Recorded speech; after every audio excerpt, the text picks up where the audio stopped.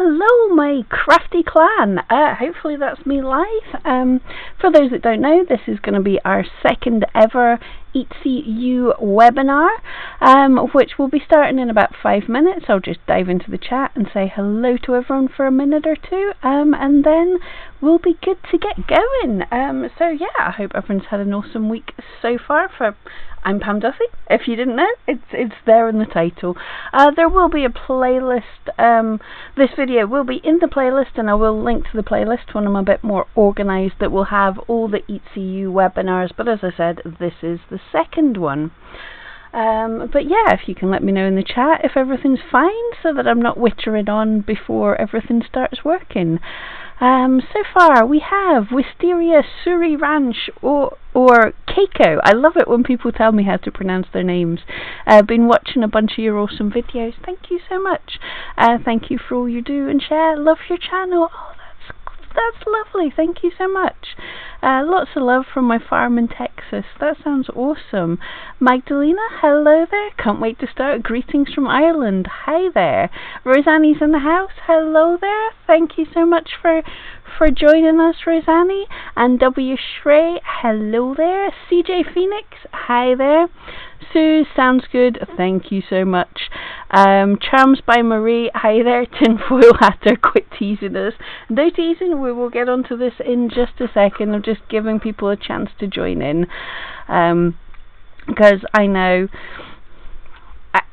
there's usually technical problems getting into these webinars. I say usually, we've done one already. Deb, hello there, my other angel from eRank. For those of you that don't know, I do also work for eRank. I will be mentioning them in this webinar actually, but these videos in my channel are not sponsored by eRank. Verbelaine, did I say that right? That's interesting. That looks so pretty. Hello from Lithuania. Good start, I can't speak. Elena, hello from Barcelona. Shiny Q, hello there. Andrea, hello from Illinois. And New to You by Amanda Boomer. Hi there. Tinfoil Hatter, that was aimed at the waiting screen. No problem at all. Yeah. So just as well it's not a premiere where it does a bit of music and a bit of a countdown. And Pamela, hi from PA. Right, I'm not good at American thingamajigs. Letters, PA, where would that be? Not sure, but USA, but all good on your end. Okay, so what we will do, we will start, because there's quite an introduction in this anyway, so I can start explaining things, and there you see my sorting things out screen. But here we are, we get the moving ETSI screen, so that you know this is an official broadcast from ETSI. It's pretty. We've got a couple of... Oh, thank you, Deb. PA's Pennsylvania. Right, so we'll get through this. I know this is the webinar that you've all been waiting for. This is ETSI and Google SEO. So I will just pop this up for a minute while we're having a bit of a chat. ETSI have a check-in page. This is so they can stop playing with noisy things while you're presenting, Pam. This is so they can send you the presentation data. Sometimes this page isn't always working too great, but if you can, if you get a chance, if you can log into, while we're waiting to start up, if we can log into www.etsi.me/ETSU check-in, and this, I believe they're kind of checking in that I actually do this webinar. I'm sure they trust me, but they're checking in, getting an idea of the numbers to see if this kind of thing, because this is only the second year they've done ETSU. For those that don't know, actually, I should introduce that. ETSU is a thing that ETSI have been doing, which is they take a small group of people who are passionate about sharing ETSI knowledge, and they're training us up so that we can present it to yourselves. So it's basically, it's ETSI knowledge directly from the ETSI team. Yeah, so that's what the ETSU is. And as this is a new thing, and part of the thing for me to get on the course to be trained up, and I you know, get access to people who answer my questions a little bit quicker, and it's all kind of a nice little cool community. For me to get to be there, I have to present a few times a year, which is no problem anyway. That was the whole point. I wanted to share everything with you guys. So if you can check in, then they know that I'm presenting, and hopefully know that this is a worthwhile thing, because I think it's all pretty cool. Where are we? Delia, hello there, checking in. Cool. And Bexy Boo's in the house. Hello there. It's awesome to see you all. Yeah, it's fun doing this on a Wednesday night. Very different from my usual Sunday. But yeah, I'll give you all a couple of seconds to check in if you would like, or you can do it after. I think there'll be a link at the end of the slides. I haven't checked over these since Sunday, so I can't quite remember. But yes, I think they send you my slides as well, so you can get a close-up. Oh, and before, well, next slide. I know what the next slide is, yeah. So, welcome to the second of my EatSeeU webinars on Eatsy and Google SEO, and I've included this link again. For those that are new here or catching in this replay, I am Pam Duthie. I am here to help you craft your career with creative marketing tips. And mainly selling on Eatsy. That is my passion. And I have been selling on Eatsy since 2008. And I've made all the mistakes, so you hopefully don't have to. Yeah. So that's a little bit about me. This is my YouTube channel. Obviously, I share lots of tips and advice.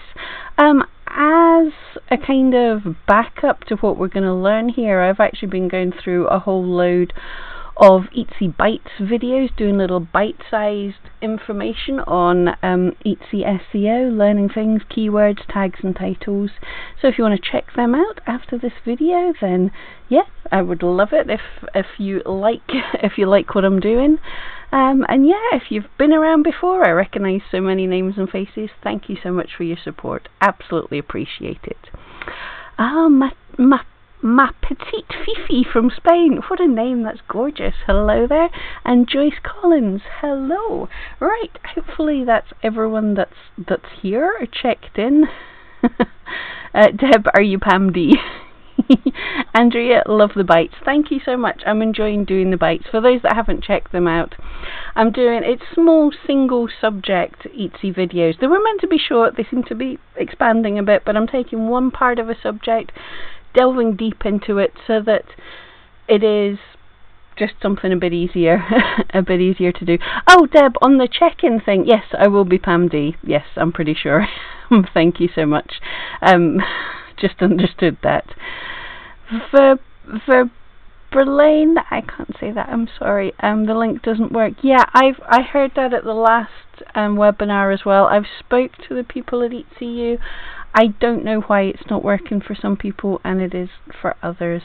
Sorry. Yeah, EatSeeU do all the back end of this. I'm just presenting. I'm sorry. I don't know the ins and outs of this.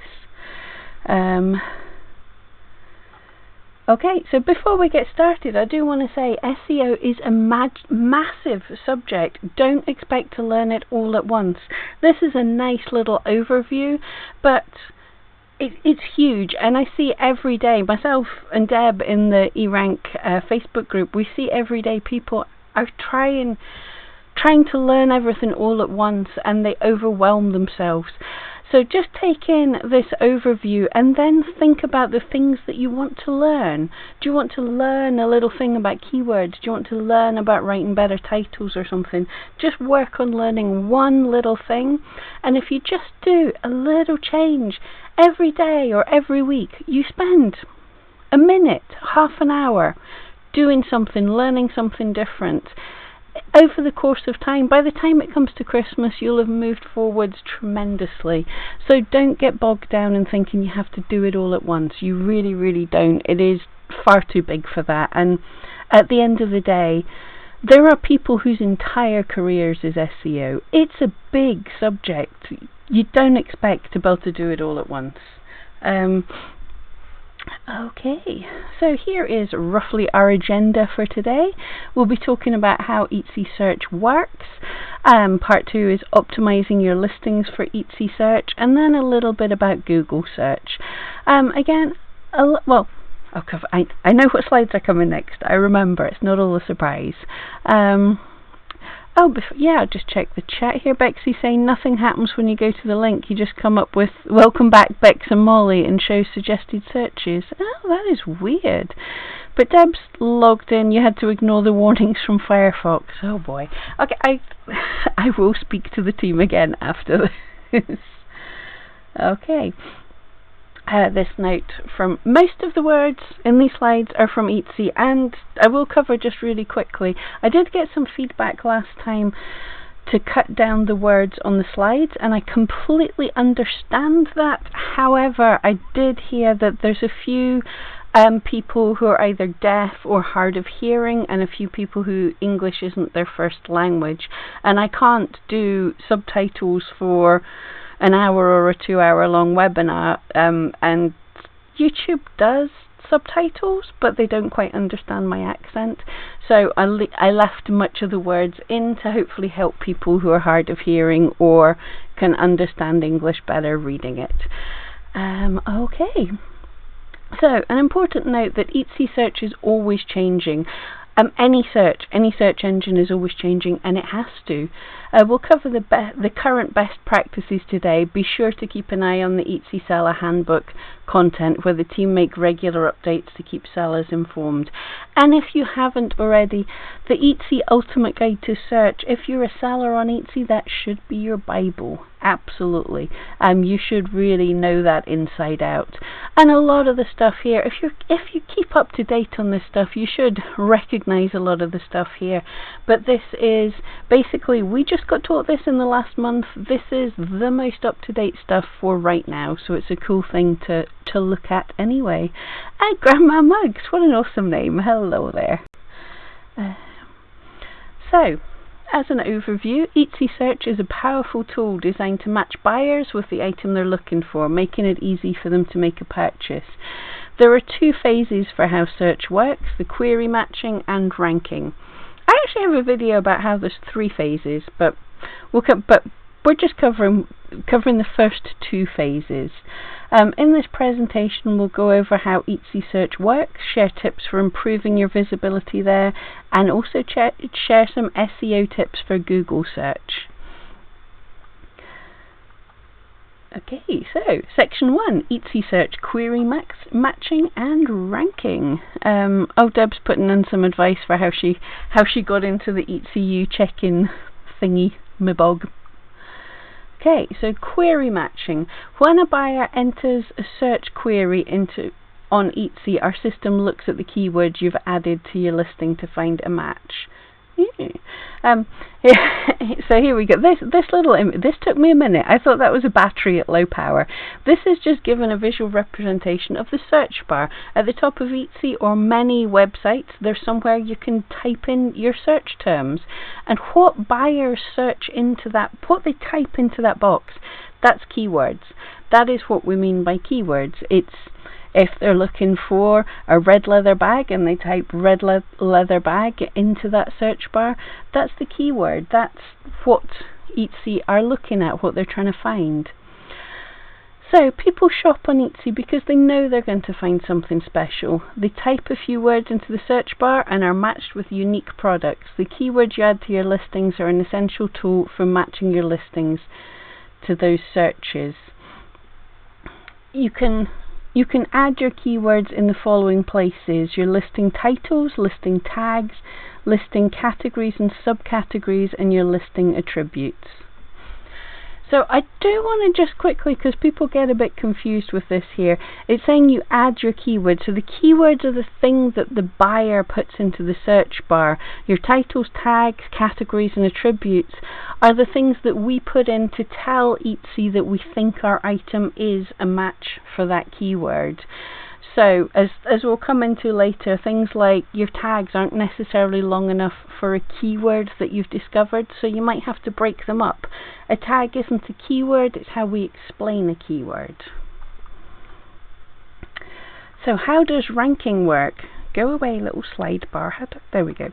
Once we've gathered all the listings that match a buyer's query, so that's the first thing, it's the match. It searches for, if you put in the red leather handbag, the Etsy search engine searches through and finds every single listing that has those words that just might be a red leather handbag.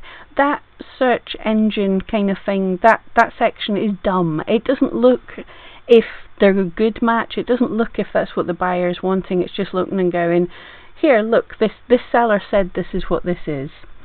So they use the information we have about each listing to and the shop to rank the listings, so people browsing Etsy see the items they're most likely to purchase. And remember that term, that is so important. The entire point of the search engine is to show the customer the item that they're most likely to purchase. It's not the person who knows how to game the system, it's just the item that's likely to sell. So here are some of the factors that go into Etsy search ranking. The relevancy, translation and language, listing quality score, recency, customer market experience score, shipping price and shoppers' habits. Okay. Take a breather and a drink. So here's our optimizing section. So here we'll cover using detailed keywords, creating listings that convert, and how great customer service can impact your visibility. And again, creating listings that convert, creating things that buyers want to buy. It's the most important thing.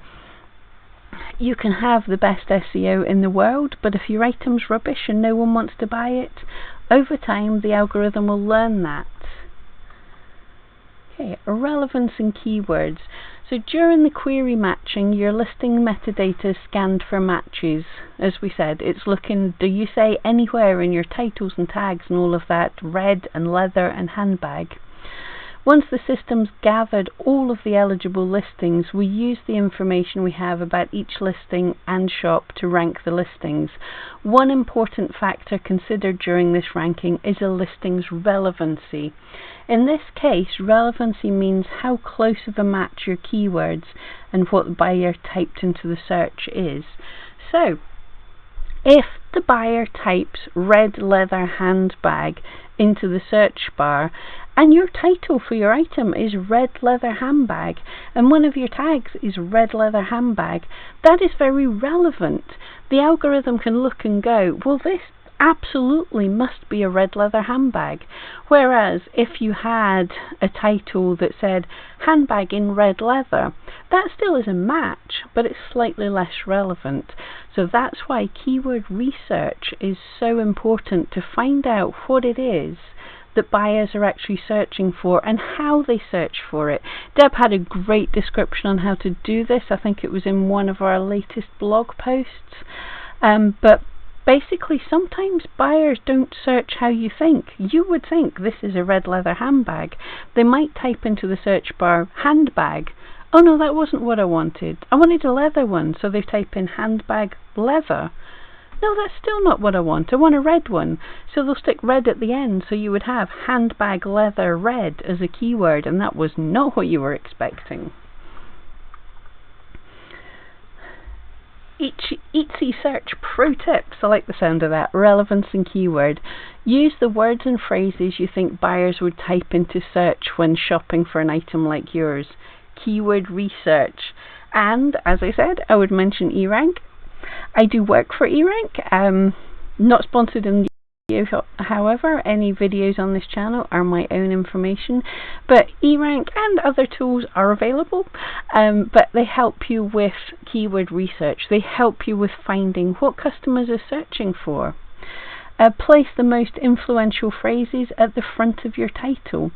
So when you've found the most important thing, and Etsy calls this the superstar keyword, when you identify a keyword that's really relevant for your item, you think it describes your item really well, there's a good amount of people searching for it, but there's not too much competition. stick that at the start of your title. It makes sense for buyers as well. When they're searching red leather handbag and at the start of your title they see the words red leather handbag, then they go, that must be a red leather handbag.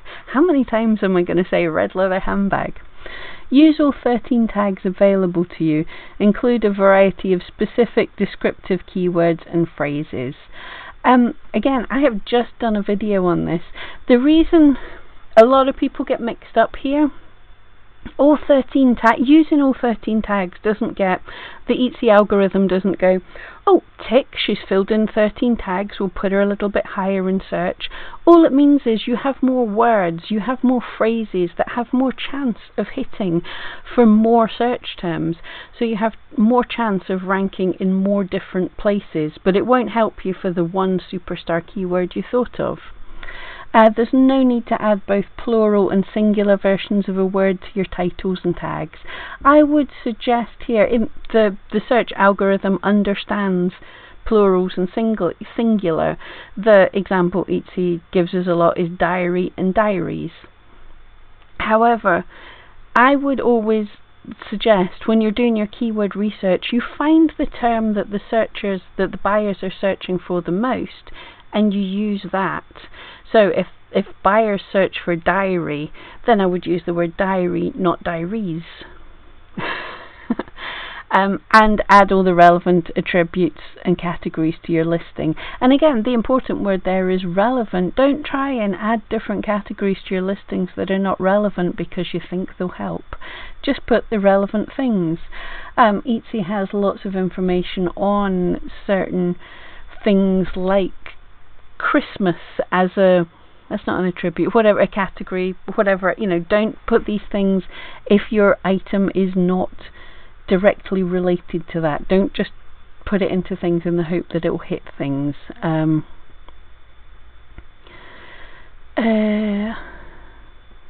Tinfoil Hatter, did I hear wrong? The categories aren't taken into search terms. Hang on, let me go back a couple. They have oh, I'm not even looking on the right page, am I? Yep. Oof. But yes, listing categories are taken into search terms.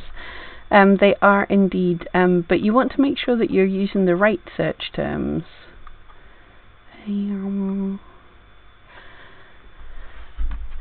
Okay, your listing quality. Once the query matching concludes, it's time for ranking to determine a listing's placement into Etsy search results. A variety of factors come into play. Listing quality, or how well a listing performs in a search query, is also known as a listing's conversion rate. Now, I'm asked this all the time, but in eRank group just today people were asking us about this, so everyone pack up the ears. This is super important. Listing quality looks at how well a listing converts, how many people view it and then take action such as favoriting, adding to the cart, purchasing, to determine whether shoppers are interested in it. To put simply, when a buyer clicks on and engages on your listing from search, that listing might then rank higher in search results for that query. Did you catch that? A lot of people freak out. I actually did a video not that long ago. People freak out about their conversion rate because you see that in your stats. You're looking and saying, oh, my conversion's something terrible, or I've had a lot of people come from Facebook or come from Pinterest. Is that hurting my listings? Here it is, literally from Etsy. When they click on your listing from that search, your listing might rank higher in that search. So if you have two search terms and your item gets shown for both of them, one of them's the red leather handbag and one is a floral dress, if it's shown in both of these, obviously it's not a floral dress, so people won't click on it very often when it's seen. So the conversion for floral dress will be rubbish, but the conversion for red leather handbag will be good. So the algorithm isn't going to pull you down in both of those things. The algorithm's going to push you up and go, it's good for red leather handbag it's not good for floral dress. So we'll show it more, we'll rank it higher in red leather handbag, we'll rank it lower in floral dress. So don't freak out at your overall conversion, it's how you convert for that search term. And here it is for that query. That's directly out of Etsy's mouth just today. Okay, pro tips, getting clicks from search. Create listings that convert. Use engaging, click-worthy photos. Photos, so important. The first photo is what gets you the click and is the most important. Absolutely. And that some people freak out. Again, you're not going to be marked down if you don't have 10 images. And we have the ability to add 10 images, but if it doesn't make sense for your item, it doesn't make a difference. Add 10 items if it helps your buyer see all round your item, understand your item, get a feel for your item. Don't just add 10 images because you feel you have to. Don't freak out. There's lots of different ways you can add different images. You can add ideas of how people can use the item. You can add how you package it. You can do a whole load of things, but your first image, and make sure it's good enough that people are going to love your item. Use a readable and easy to understand title that makes it clear what you're selling. Again, yeah. Now, there's different people feel differently about keyword stuffed titles, and I'm going to cover some more of this in upcoming videos. I am actually doing some experimentation just now, and the results are super interesting. Sorry to tease, haven't finished the experiment yet, but it's so exciting.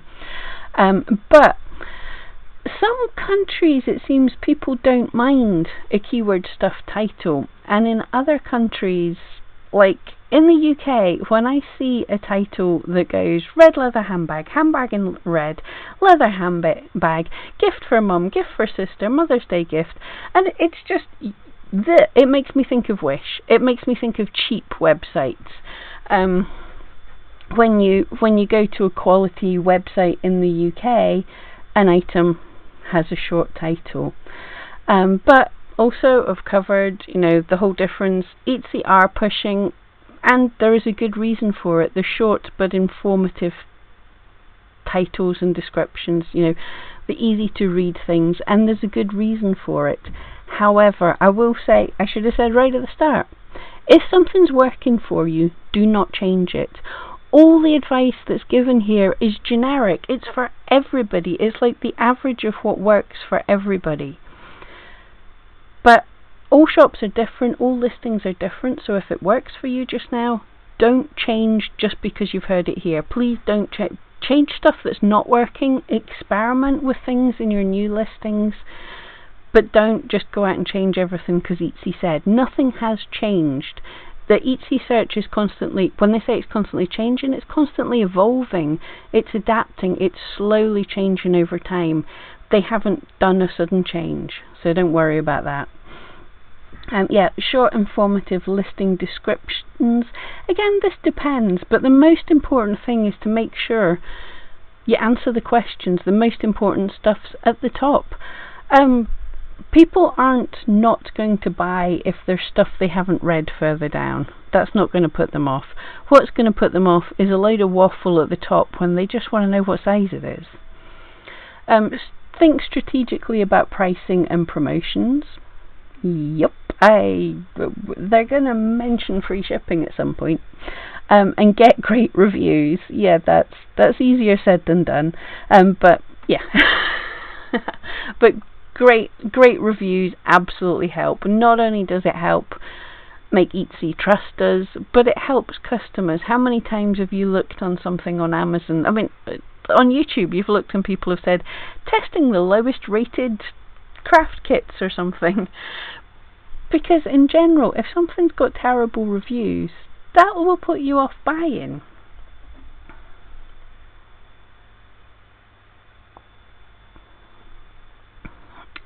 Verbalin. Maybe you can make a copy of the listing, one stuff with keywords and the other more readable. Absolutely, experiment. I do have to make a video on how to run decent experiments. The problems can be if you just take one listing that's already up and copy it to compare. The listing that's already up has already a history with Etsy. It probably has some links to it. It has people who've liked it. It might have a purchase history, and your brand new listing is brand new. So if you're gonna do a test, I would suggest making 2 brand new listings, one that's keyword stuffed, one that's more readable, and test it like for like. And even then it's difficult. Whenever I'm doing a test and I make listings, it always happens. I'm doing things and I don't want people to click on them because I'm just testing the SEO part of it. And some swine always goes and buys the one I'm testing or something. And you didn't want it because you're running an experiment, but you can't really complain about sales. Ooh, another pro tip here, increasing your conversion rate. Creating listings that convert. Have we not just covered it? Well, hang on. Yeah, getting clicks from the search and then getting sales from the clicks.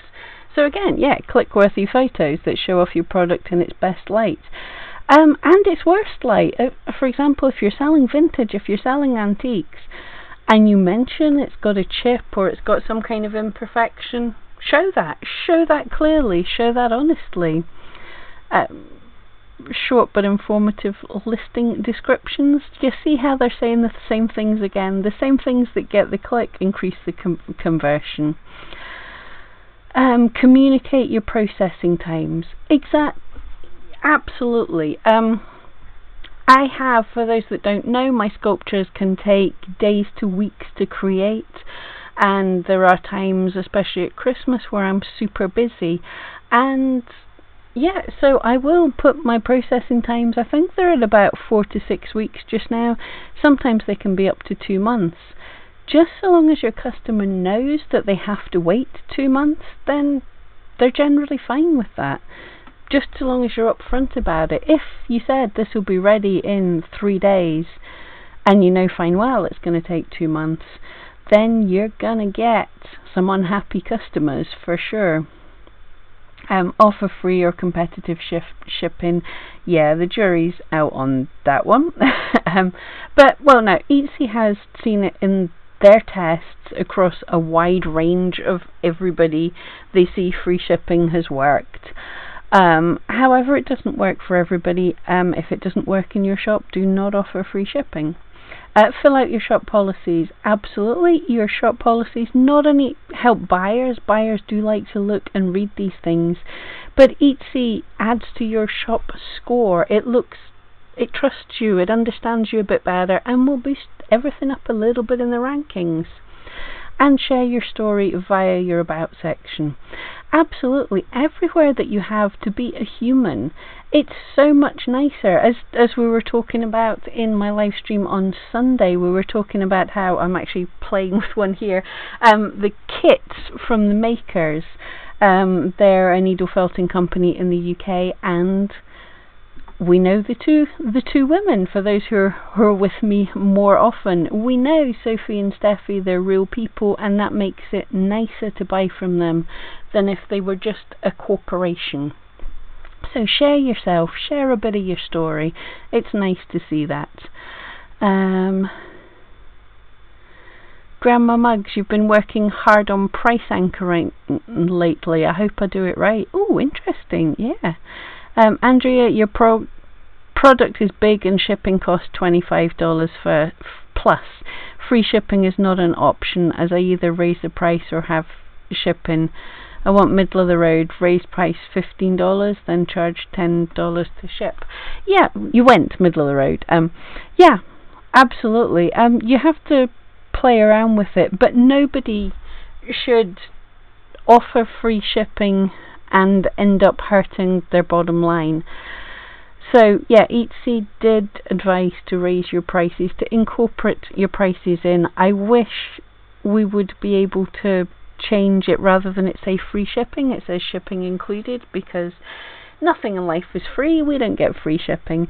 But yes, you have to not be out of pocket with this. So roll in the prices. If you want to think to yourself that everything's included in the price of the item, then that's perfectly fair enough. I did a long time ago. If someone buys a number of my larger sculptures, then absolutely they get free shipping. But for little things, like, no. But yes, you know, if you're buying a super expensive diamond ring or something, then you expect everything to be in the price. You expect a little bit of a luxury extra services to be included in the price. If you're buying bog standard basement cheap things, then you expect to be paying for shipping. If you buy the free items off a Wish, you expect the shipping price to be pretty dear.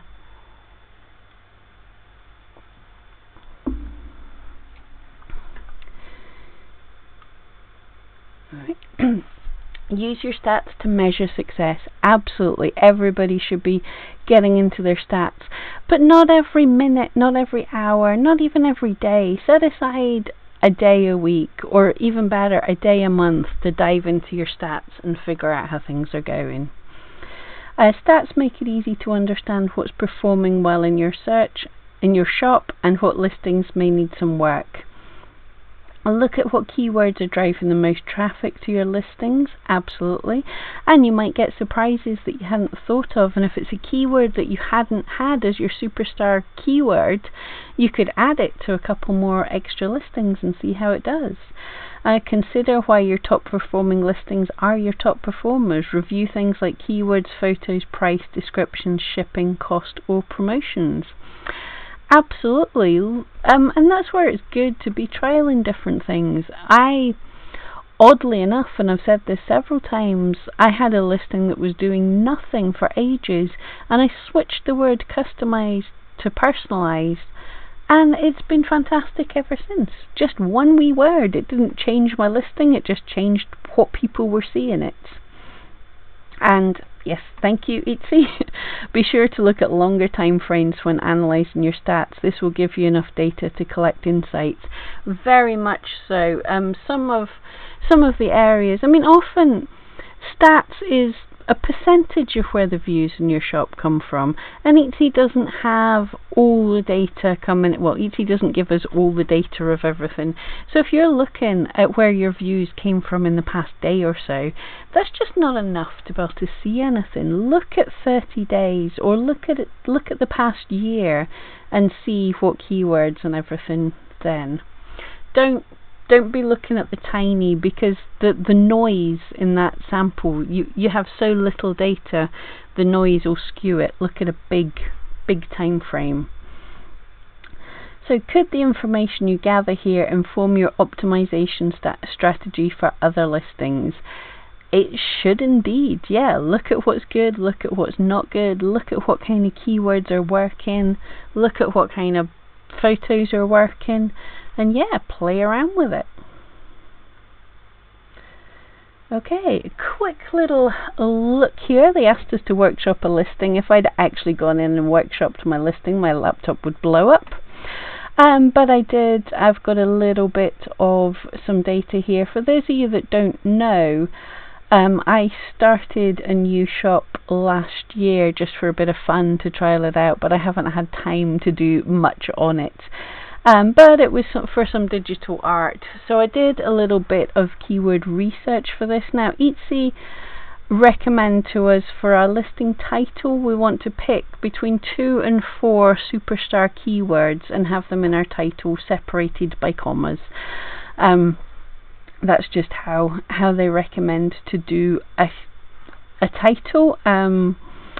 There are other methods, but we'll use this. It definitely works because that gives you your exact match.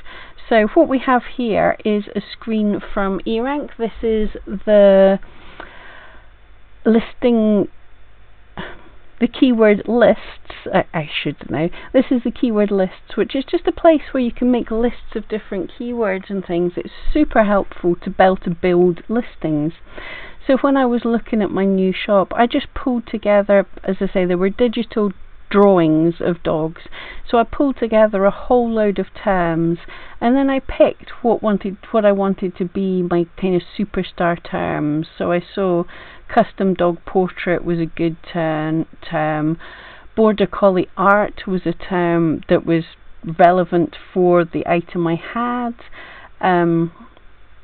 and digital dog drawing, and I picked these as my superstar keywords for this listing, and so I put them as the title. And then, now this was just when I was starting to creating it, so I've only got 5 tags in, but then you put in your tags. So I'm just matching up here. I wish that thing would go away, but so in my title, the most important thing was custom dog portrait, because it was a custom dog portrait. So my first tag was exactly custom dog portrait, and then digital dog drawing, match that up in my tags, border collie art, and then once those first superstar ones are, then you fill in your other 13 tags with other relevant terms.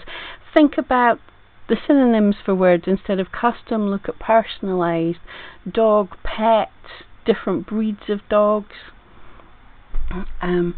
So just looking at all of that, and then once you've got all of that sorted out, you're thinking of how to build your description from that. Now, our descriptions in eRank are not used to rank us, but they are in Google. So think of, in the first few lines of your description, it shouldn't be difficult because these words are descriptive of your item, but put the words custom dog portrait somewhere in a sentence. Put the word digital dog drawing, put the words border collie art somewhere in that first few sentences, and that really helps Google as well.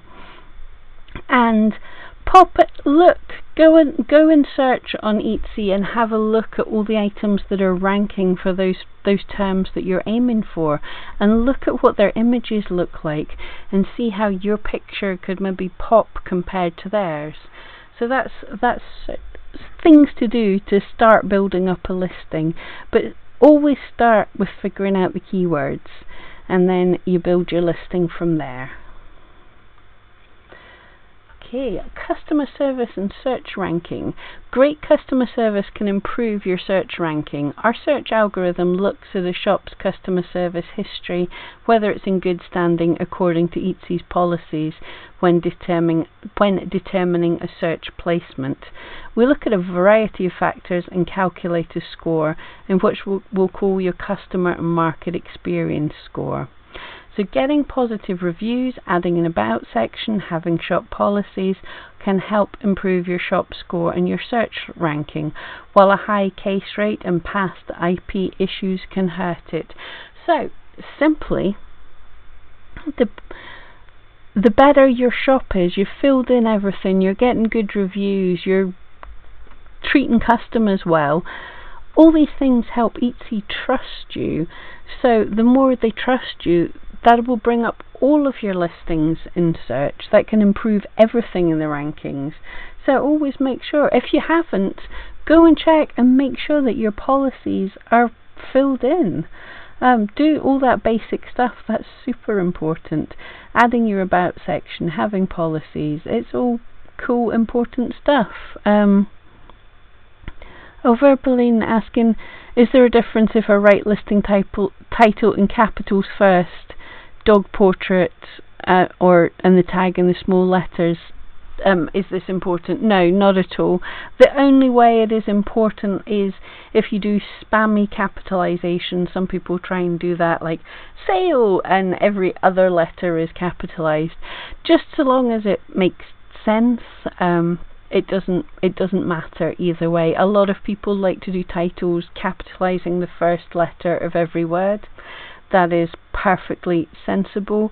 If you have an acronym, capitalize it, but yeah, the algorithm doesn't mind, to my knowledge. So for your customer and market experience, get great reviews. Yeah, and how to get great reviews?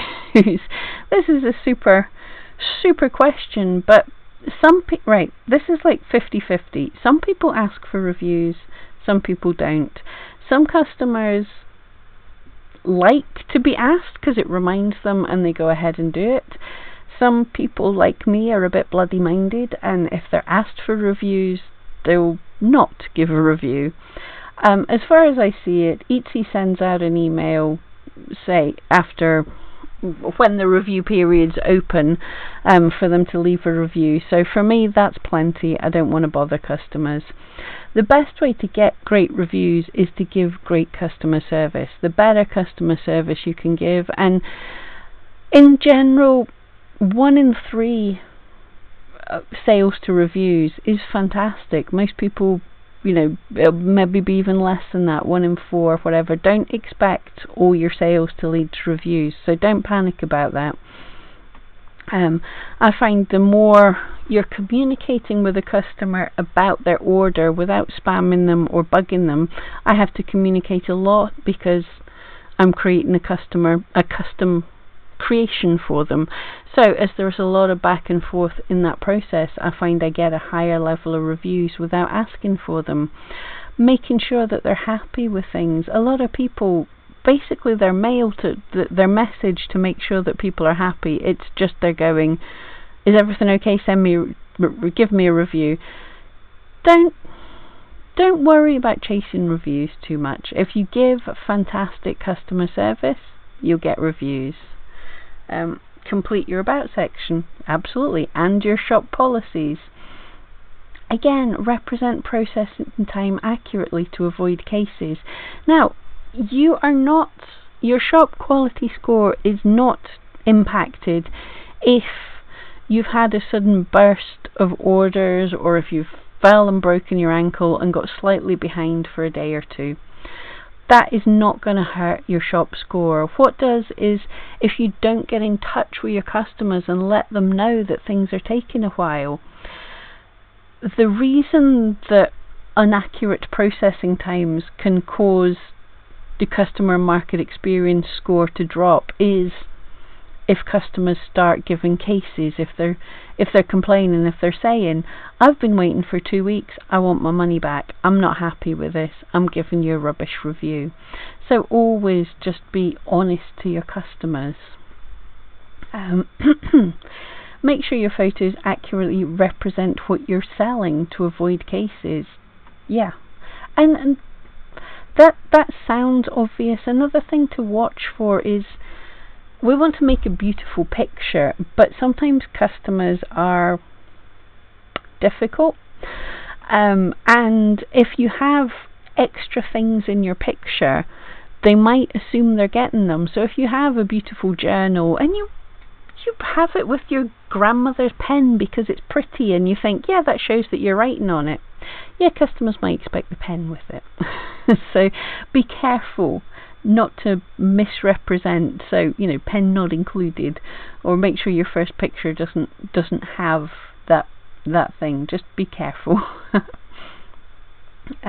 If a case is filed, communicate with the customer and with Etsy staff to swiftly resolve the situation. Yeah, cases happen. The more you sell, it's gonna happen, so don't freak out about it too much. Don't freak out, the whole ODR thing. Once it's happened, so just get on with it, try and sort things out.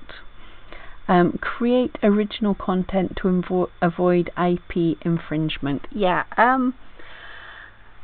don't make Disney stuff. Don't make stuff that's copyright. Don't make stuff that other people made. I've been there, I didn't know. I was told when I started many years ago, there used to be a myth going around that just as long as you drew it by hand, so it wasn't going to be in the exact pose that any Disney artist had ever drawn it, just so long as you drew it, that was okay. You could paint clocks with Disney characters, you could embroider them. No. If you are using anybody else's idea, anything else that they've created, and it's recognizable as theirs, you're stealing their idea, you're jumping off their brand. So yeah, you can't knit Harry Potter coloured scarves. You can't. Don't be inspired by somebody else in that way, if that makes sense. But yeah, and out of them all, don't touch Disney and don't touch Nintendo. They're biggies for chasing people down. But don't touch anyone. Don't copy anybody else's stuff. Oh, Bexy, yeah, you read a post the other day from a lady that got a 1-star review because they didn't receive the teddy that was in the photo of the baby wall art she was selling. Oh, yeah, that's... People are special. You want to make this gorgeous, fantastic photograph that inspires people what they could do with your item, but people are going, no, I was expecting a teddy bear. Oh.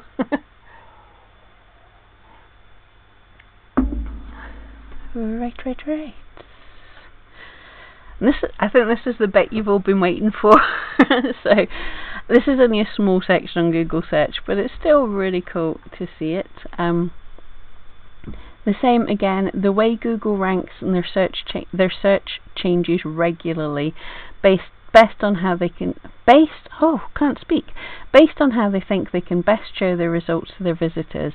The information is the current best practices, and absolutely Google again is changing all the time, and Google doesn't share all the details. Now Etsy can't either.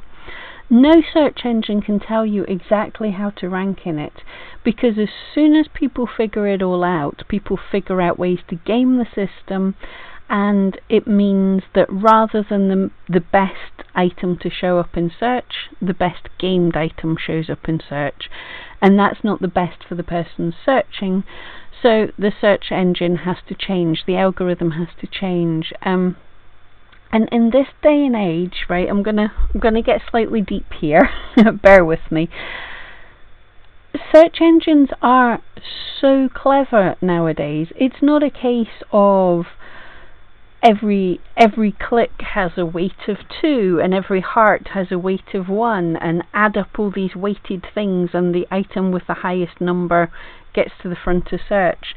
No, search engines are so much more clever. They look at the behavior of what things are happening, and it's okay, this is a very simplified version, but imagine the algorithm more as this thing that the Google or the Etsy people are telling it what we want. What the end result we want is more sales or more money in the case, or in Google, what we want is for the person to see what we show them, to click on it and not to come back to this search again because they're happy that they found it.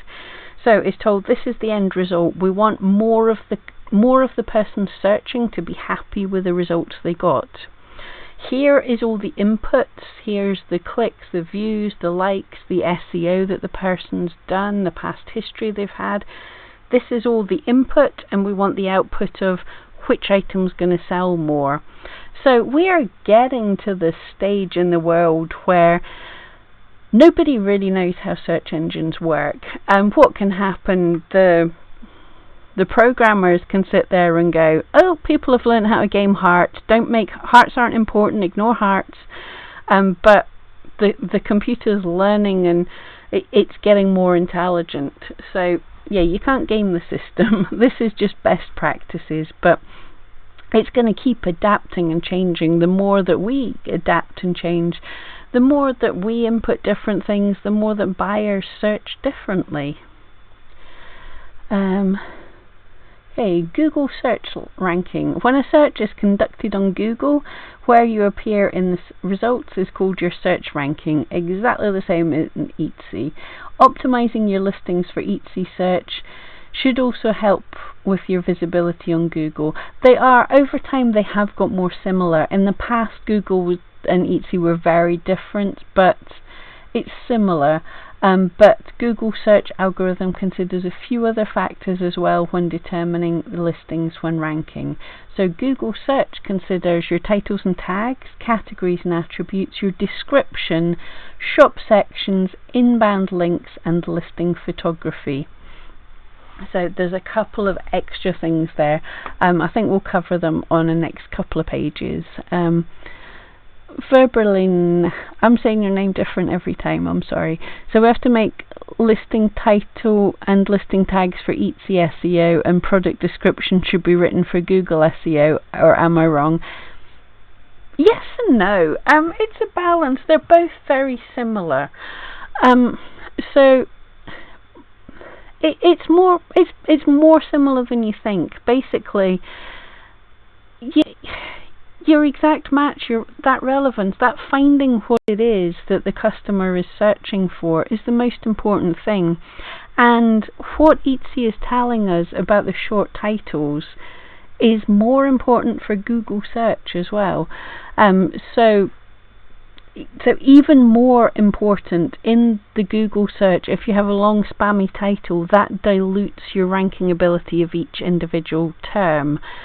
So the biggest difference with Etsy and Google would be really focus your title, whereas in Etsy you get a little bit more away with spamming your title a bit more. Google has a lot more money to build their search engine. That is the whole point of Google. So it's more intelligent. So it's ahead, but Etsy is using a lot of Google technology. So basically look at where Google leads and Etsy will probably follow to an extent. As I said, there's a difference between what they're trying to do. The Etsy search wants to make Etsy money. The Google search wants to make people happy with having searched on Google, so that it wants them to find the thing that they want. So it's similar but not quite exactly the same. So for Google, your pro tips: use strong keywords in your titles and tags. Yeah, superstar keywords. Don't use words or phrases that are irrelevant to your item. Use strong keywords in your titles. Yeah, they're not quite saying it, but yeah, don't dilute your title with words that you don't need to be there. Really make it exactly what your item is. Be thoughtful with your descriptions. Write original content that uses strong keywords. Google is super good at spotting keyword stuffing. Don't just try and stuff don't find your 13 keywords and then think, right, so Google reads our description, so I'll just write all the tags in here. It has to be in a sentence. Think of ways to write it sensibly. Keep your shop sections legible and specific. Yeah, again, that it looks at your shop sections. Your shop sections can be found, so use keywords in your shop sections as well.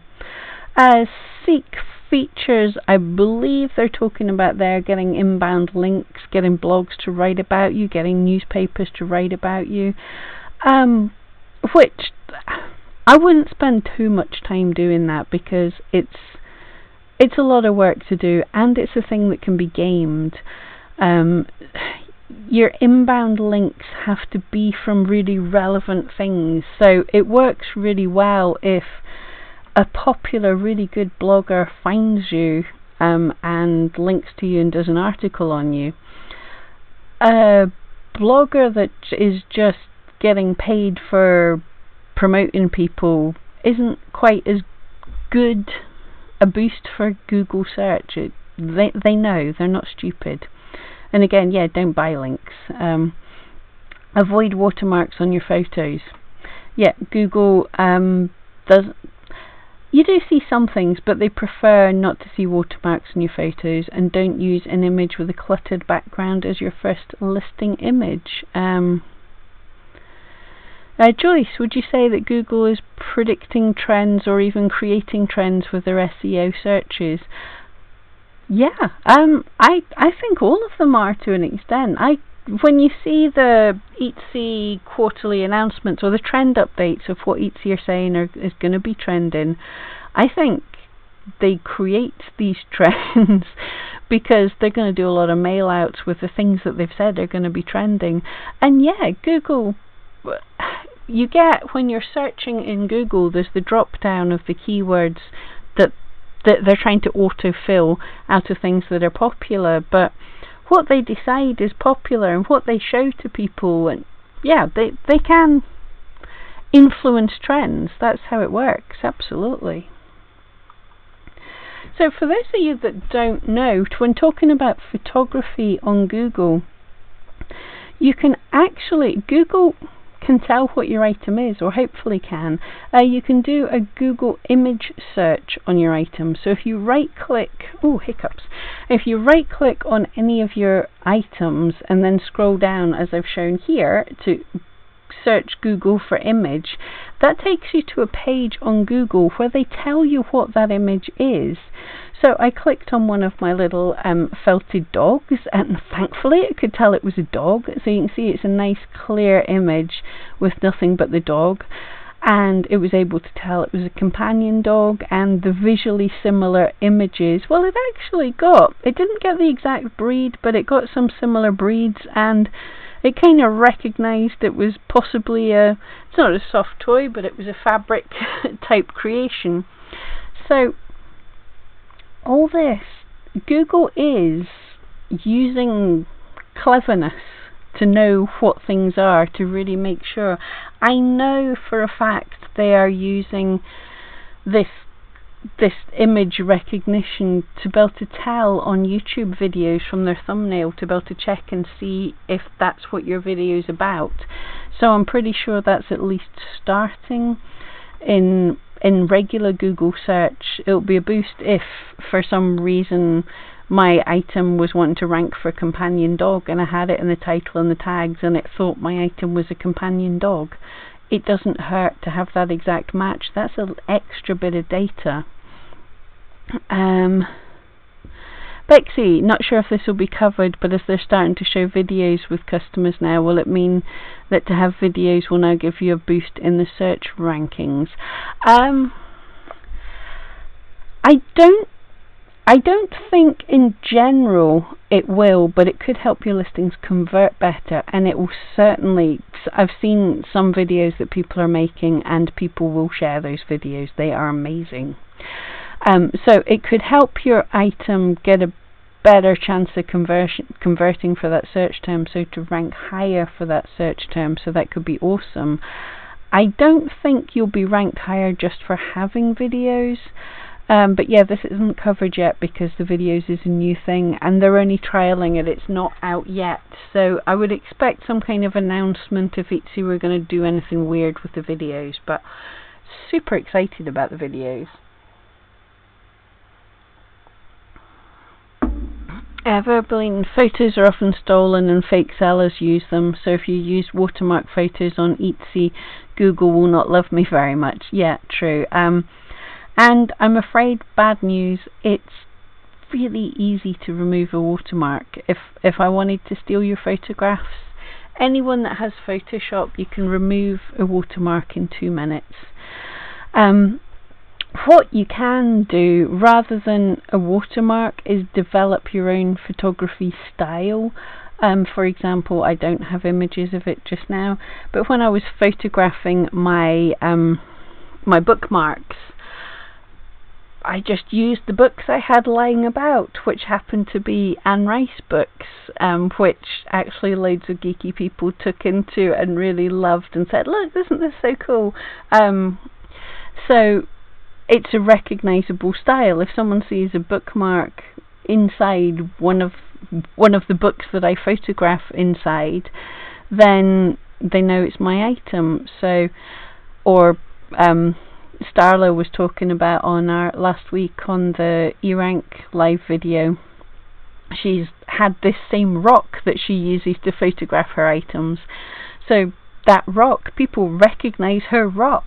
You know, a simple prop, a lighting style, a photography style.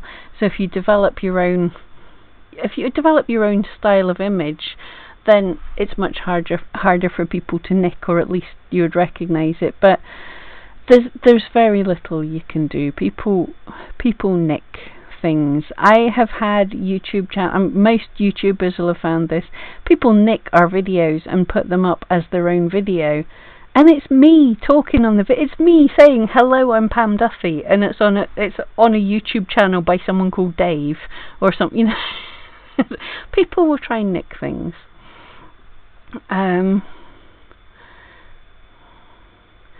Magdalena, the picture search is mind-blowing. My items come up funny.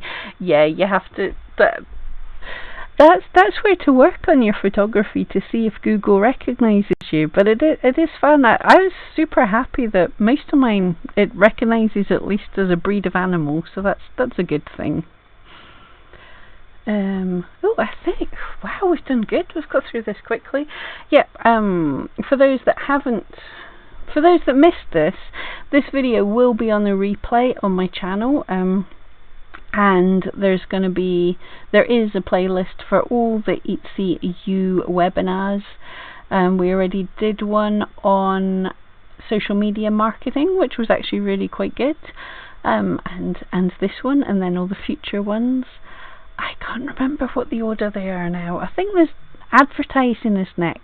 Yeah, advertising might be next, which should be a really cool one. So yeah, if you want to see any of them, don't forget to subscribe to my YouTube channel. Check out some of my other videos.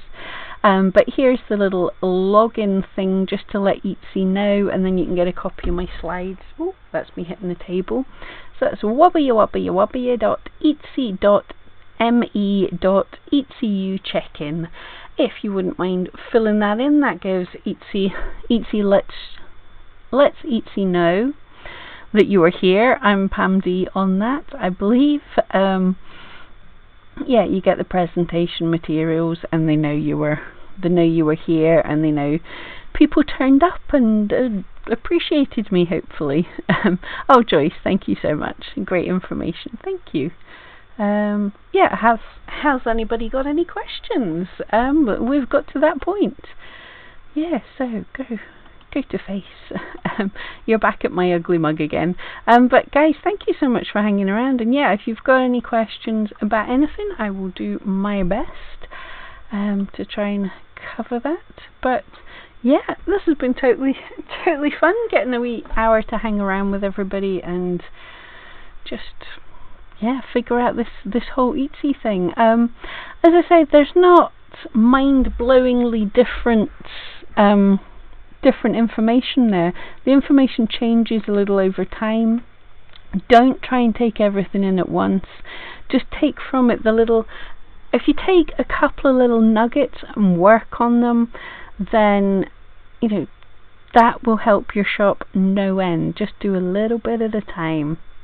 That's all I'm saying. And the reason I was so excited to share with you the whole SEO thing is because that's what's been the biggest thing for me. I will just give you the slight bit of my story here for those that don't know.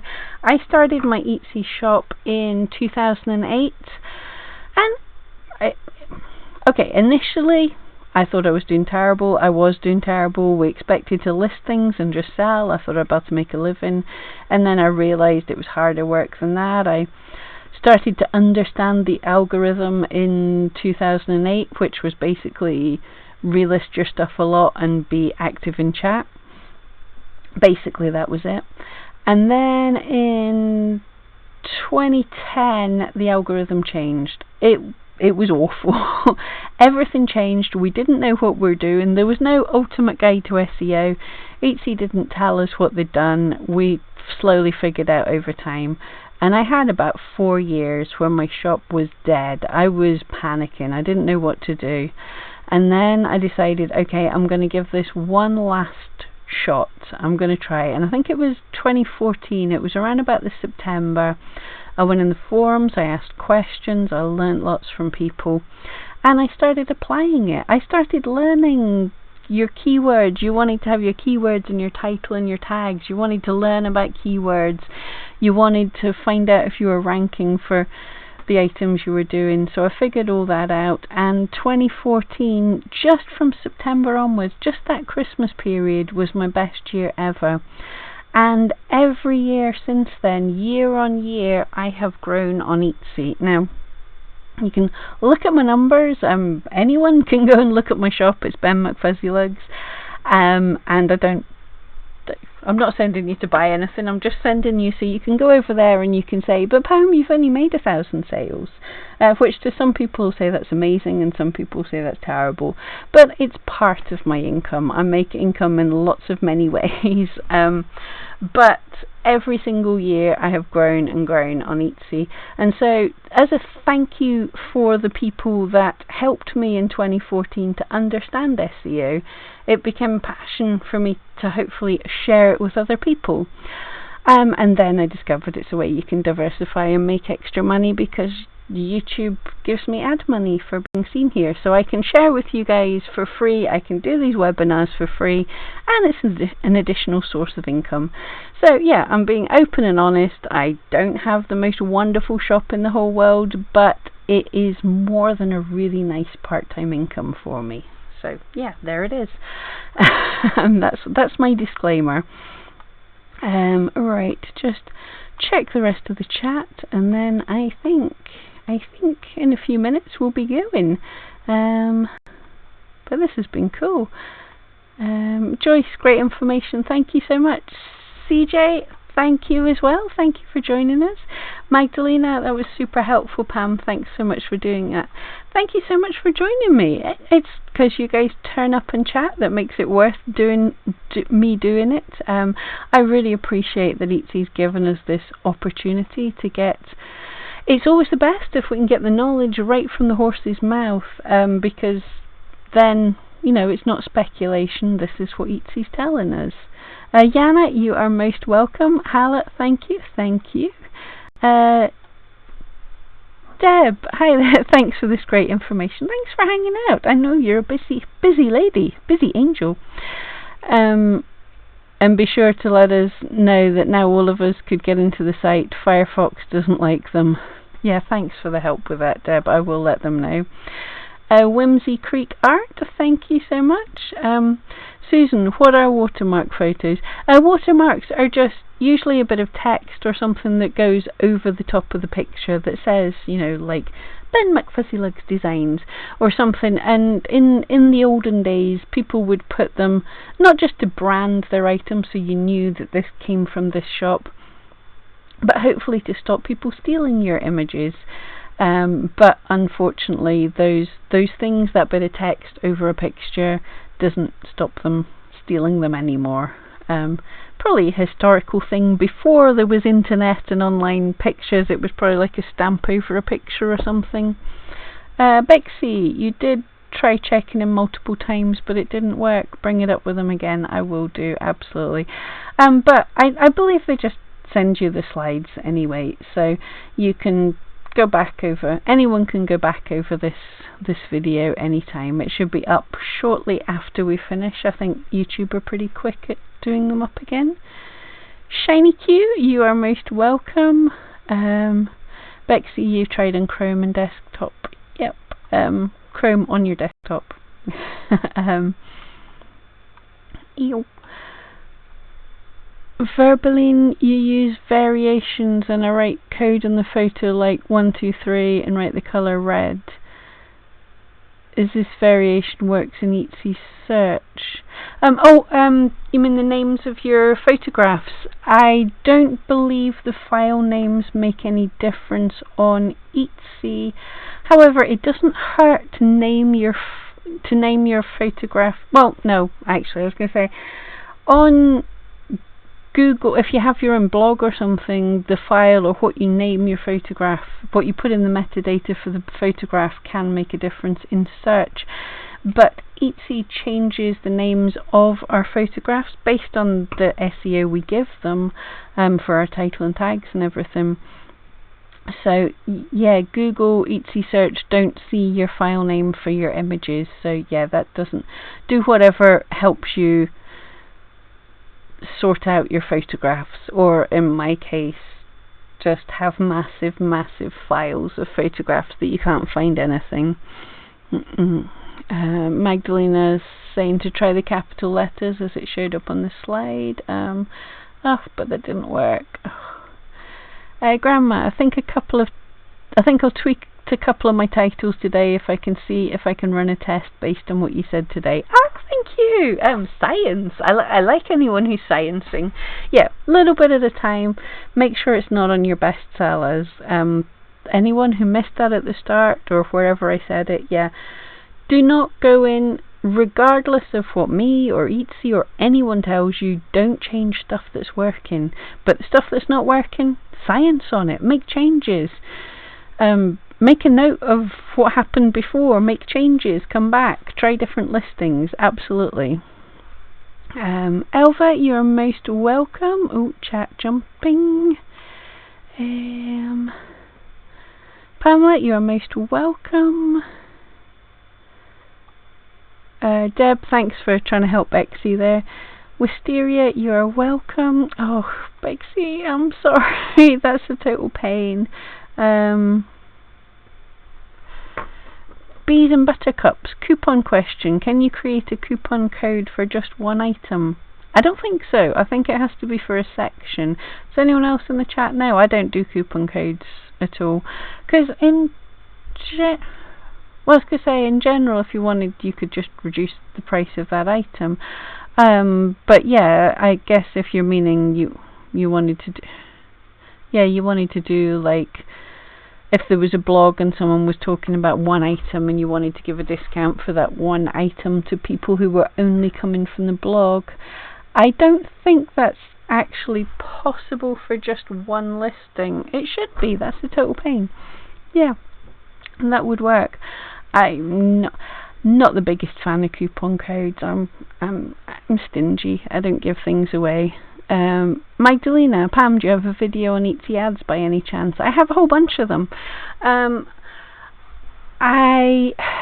Because Etsy ads changed and changed again, I have a search, Pam Duthie Etsy ads, but don't look at any of my ads, my videos that are older than a year old, because that's when things started changing. And I will be making some more as things change even more. Charms by Marie. Any advice for one-of-a-kind items that are new to search? You make glass pendants. I can't figure out what SEO to use. Yeah, absolutely. Figure out your niche. Figure out what the people who are going to want your items are. What style do they like? Boho, beach, I don't know, different types of people. Figure out what types of people they'll be buying it for. Is it for their sister? Is it for their aunt? What kind of gifts it for? Figure out what kind of colours people are searching for. I assume glass can be in different colours. So yeah, a glass pendant isn't just a glass pendant, it's a style of pendant. It's for a certain type of person. So a lot of keyword research and see what people are into that you could make. I don't know your type of glass pendants, but you know, if a few years ago owls and foxes were all the rage, could you make glass owls and glass foxes? I love that kind of glass work. But you know, you could jump into that kind of trend. You know, daffodils for spring, poppies if you're in the UK for Remembrance Day, or yeah, you could do that with a bit of, give a donation to some of the charities around that and things. But yeah, okay, people, although I think people do know about glass pendants, but when someone's looking for a piece of jewellery, they're not often looking for the process that it's made by, but they're looking for, is it minimalistic? Is it elegant? Is it cheap? Is it, you know, just figure out what kind of searches people are looking for. Bees and buttercups, it would be for my email list. I can't remember what we were talking about there. Sorry. Oh, gotcha, yeah, coupon code. Oh, dearly, you definitely can create a coupon code for just one item. Awesome, yeah, so you can. As I say, I don't do coupon codes, so it's been a while since I've looked. So yeah, awesome. Yeah, no, that's a really good idea. If you have an active email list, then yeah, a coupon code for one item for a special offer for your email list. That sounds cool. Yana, can we talk about Etsy offsite ads in future and the current ad strategy since it changed? Yeah, I have done some videos on it. Unfortunately, there isn't much strategy to be had just now. We have such little ability. So yeah, but I will do some more experiments. I will look more into it, but there's not much you can do. I've done some experiments. I think this video's up where I took, I put all my listings up for advertising, and then I looked at the searched terms that were doing the best, duplicated my listings that were doing the best, and really focused the SEO on just those, just to see if that would help. So yeah, there's things you can do, but yeah, the ads are not great. ideally you just select the listing rather than the section, or pick the section then delete the irrelevant listings. Thank you all so much, guys.